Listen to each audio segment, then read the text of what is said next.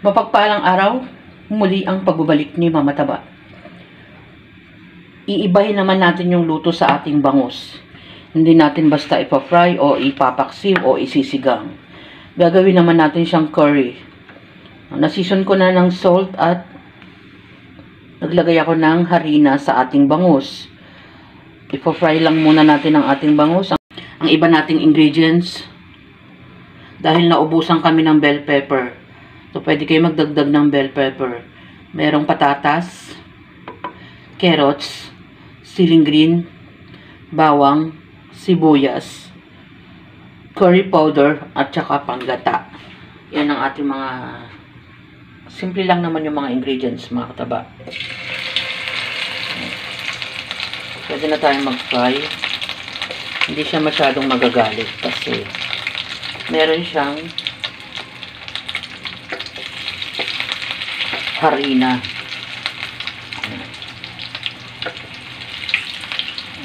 Balikan natin. Makalipas ang ilang dekada. Na-fried ko na ang ating bangus. Ayan. At inuna kong ilagay yung ating carrots at patatas. Fry lang natin ng kaunti. Hindi ko na ako nagpalit ng ating pan dahil malasa yan. Bawang sibuyas. Ayan.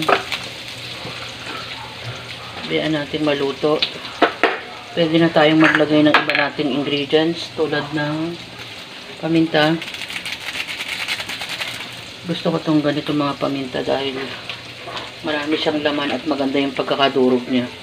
Curry powder. Ganyan muna karami. Ilagay na tayo ng ating mga pampalasa na. Konting salt.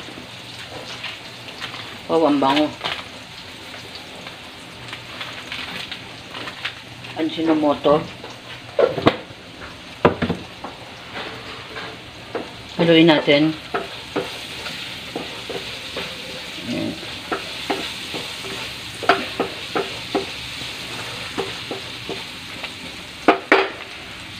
Siling green. Tapos, meron akong tinisolve dito ng ating gata.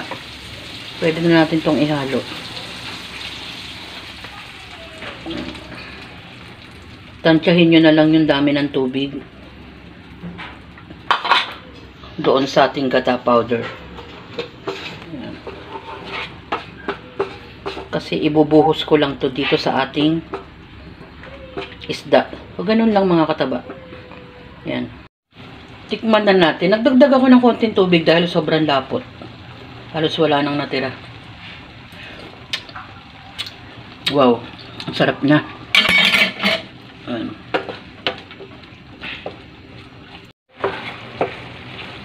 Pwede na natin ihalo ang ating curry. Mga kataba.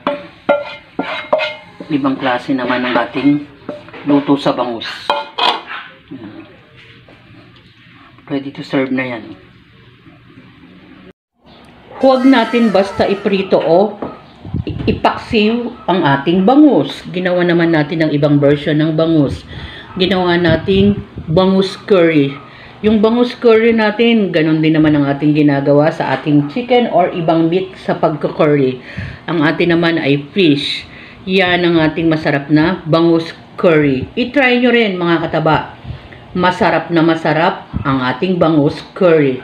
Enjoy, kumain, at maging masaya. Salamat sa panunood. I-try nyo na ulit. At bye! Ingat mga kataba!